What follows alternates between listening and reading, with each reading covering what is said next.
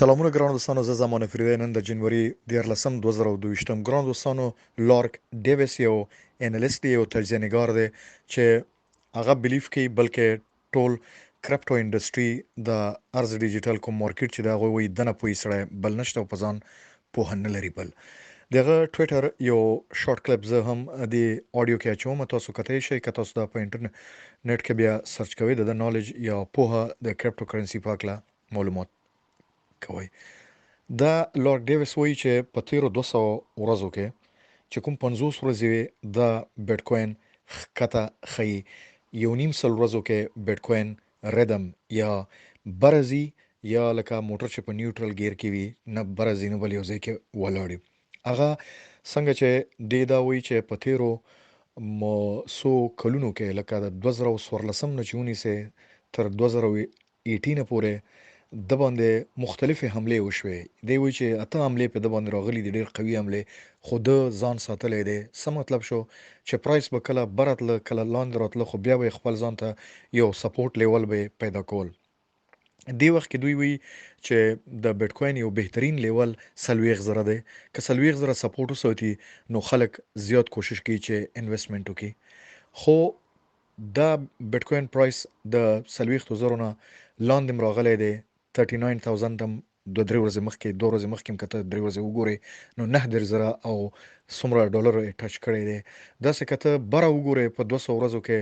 دا تللی دی شپېتو و شپېتو زرو تم تللی دی. نو هغه چې ډیر برزي خو هغه یو های پی لارډ شي مارکیټ پمپ شي خلک واخلي، خو بیا یو نیم سل ورځو کې داسې وي چې په یو لین کې پاتې شي 3,000 او 15,000 یا 8,000 یا 50,000 یا 50,000 55,000 هم څه پاتې شي. خو چې بیا کله د 30,000 نه غورځيږي دی وخت کې څه کیږي چې مارکیټ کې یو ورختوي پیدا کیږي او پانیک پیدا کیږي. نو دلته بیا واړه پرچون فروش هم شته، غټ هول سیلران هم د فروشان هم شته، بیا بانکونه دي، انسټیټیوشنز دي، بیگ ویلز دي، مختلف فاینانشل انسټیټیوټس دي، مالی ادارې دي چې هغه بیا څه کوي، څوګه ورختو کیږي خرڅي چې د 30,000 نه لاندې راځي. پرچون فروش خو ورختو کیږي چې دا خو ولا ورخت نه د غورځيږي خرڅي، خو چې څوک ځان ډېر تکړه وي هغه هم خرڅي په دې چې هغه وی چې مونږ خو پیسې په قرض اخستې بانکونو نه، د خو نور مو غورځيږي نو ورختو شي. خو بیا کوم چې ډېر غټ دی او پیسې لري دی وخت کې هغه برته دا واخلي بیا ورو بیا قیمتونه برزي. نو فعلا دی وخت کې قیمتونه د خطرینه بهر دي، ځکه چې په امریکا کې د انفلیشن تورم چې ورته وي، د ګرانی چې ورته وي، هغه 9% ته فیصد ته ورسېده چې د 1982 نه پیل زړمبي ځل د پاره په امریکا کې دومره ګرانی راغی. نو چې کله ګولډ او ډالر خپل حیثیت د لاس ور کوي زیات چاپیږي، کته سو وګوره ډالر ډیر زیات پرنٹ کیږي نو هغه حیثیت د لاس زی ګرانی روزي په ملک. نو بیا سرمایداران څه کوي چې بل یو ذریعہ ځان ته ګوري. مونږ چې کله دا خبر په پښتو کې ورکو دا زموږ د کلچر او د مذهب لحاظ نه بهر کته وګورئ نو د دنیا اقتصاد نور ملکونه دي چې هغه چلی، نو مونږ هم چون کې دنیا کې اوسېګو نو د امدوی لاره تعقیبو. نو کله زموږ په الفاظو کې چې کله انټرست د سود په ټکي روزي د دې دا مطلب نه چې دا یو مذهب سره کلاش روزي. زه اکثر زما په ټیک ټاک کې ګورم خلک راشي سپک را دی وی چې دا خو سود دی او دغه دی انټرست سود ته وی بل وی، خو په یو لوی پیمانه باندې وګوره ته په کوم ځای کې ولاړې سکه ټول ورځ ډالر جیب کې ګرځي، د پردي اکسونه دی جیب کې دی یو بل نه واخلې راوخلې، خو دا ټول معاملې دي. بهر ز خپل خبرو ته برته راځم چې په امریکا کې 9% انفلیشن د ګرانی ده. نو بیټ کوین یو ځل بیا وکول شو چې 43,000 پلس برالر شي پرایس، یعنی خپل هغه سپورټ لیول چې 40 دا هغه کراس ک دوی وی چیرته بیټ کوین برته د 30,000 نه لاندې راغورځي بیا هغه خطر دی. خو په تیرو 50 ورځو کې په 200 ورځو کې تیرو 200 ورځو کې 50 ورځې داسې وي چې بیټ کوین مختلف حالاتو کې یو لاین نشونی وای چې دغه مختلف اقتصادي وجوهات دي. چاینا کې کرپټو بان شو، نور داسې ملکونو کې حالات تغییر خوړه، په قزاقستان کې تظاهرات او دا حالات دي. نو چې راځو اوس دوی وی چې کا د څنګه چې د انسان یو حالت درونی سایکولوژیکل یو حالتي چې کوم وخت کې دا خوشاله وي، کوم وخت کې دا یریږي، کوم وخت کې دا د باندې تب او زلزلې روزي هغه رګ د دول روزي په یو فیصله نشي کوله. سیم داسې په مارکیټ کې سټاک کې په دغه کې خصوصا په های ریسک چې ورته وایي چې ډیر زیات خطرناک هغه کریپټو کرنسي ده. نو د دم یو سایکولوژیکل لاین یا هغه سایکولوژیکل لاین 50000 ده. بیټ کوین چې کله خپل سایکولوژیکل لاین 50000 روټینګ کې لکه ونی سينو بیا خلک ډیر زیات مطمئن یي کې انویسټمنت کوي چې د خو 500 کې پاتې کیږي. خو بیا 500 نه راغورځيږي نو سلويختو پورې هم خلک ځان نیوي شي، خو چې سلويختو نه لاندې روزي بیا خلک په خرڅولو شروع شي او چې کوم په دغه کې کمین کې نو سينو غي بیا په خيستو کې شروع شي. نو زه یو ځل بیا خپل خبره راغونډوم چې د دې کلیپ مقصد دا و نن د زمانه فریدین zamankrip.com نه تاسو پښتو کې زما په یوټیوب چینل ټیک ټاک کې مو سره اوسه تاسو رپورټ زره وړم. هغه د چې په امریکا کې ګرانی د 1900 یو کال نه پس لومبي ځل د پاره ولي ځل د پاره دا 2% ته لوړ نو د خلکو اعتماد زیات په بیت کوین او شو پرایس برته بلړ.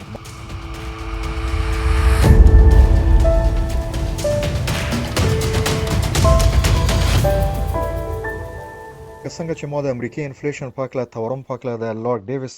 اوپینین مې درکړه. بل خبردار چې په پاکستان کې د پاکستان مرکزی حکومت او مرکزی بانک د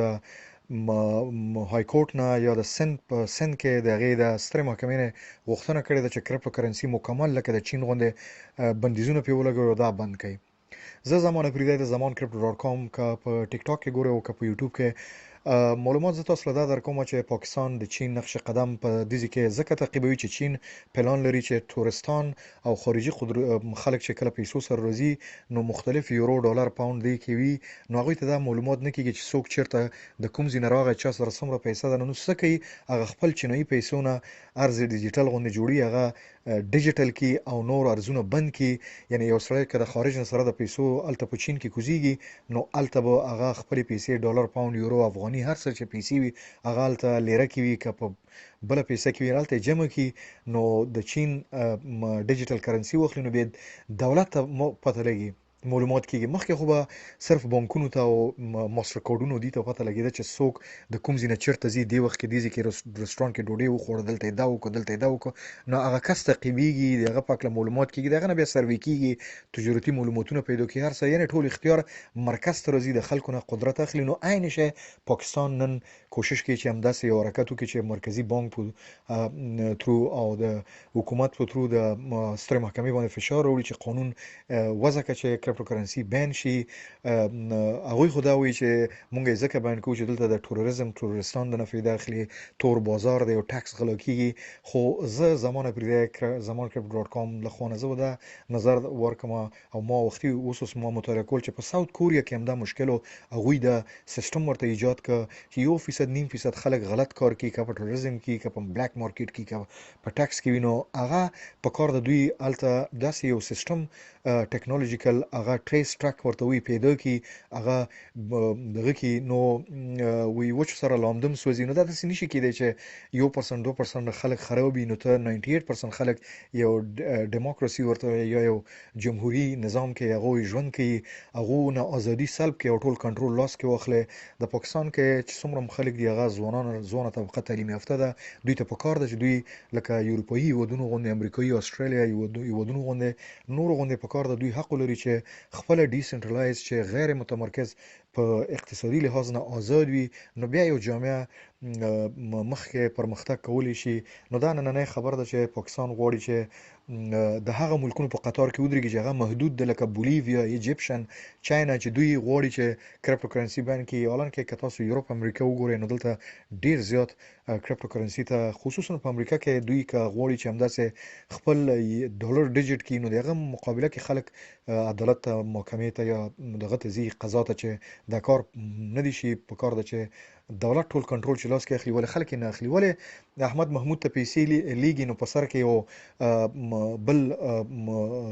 مرکزی حکومت پوي چې احمد محمود ته پیسې ولګي ولې څه ضرورت ده بلې دولت دلته زما دا نظر د زمانه فریدي چې دولت دا په کار ده چې کوم غلط ده هغه ټریس کا هر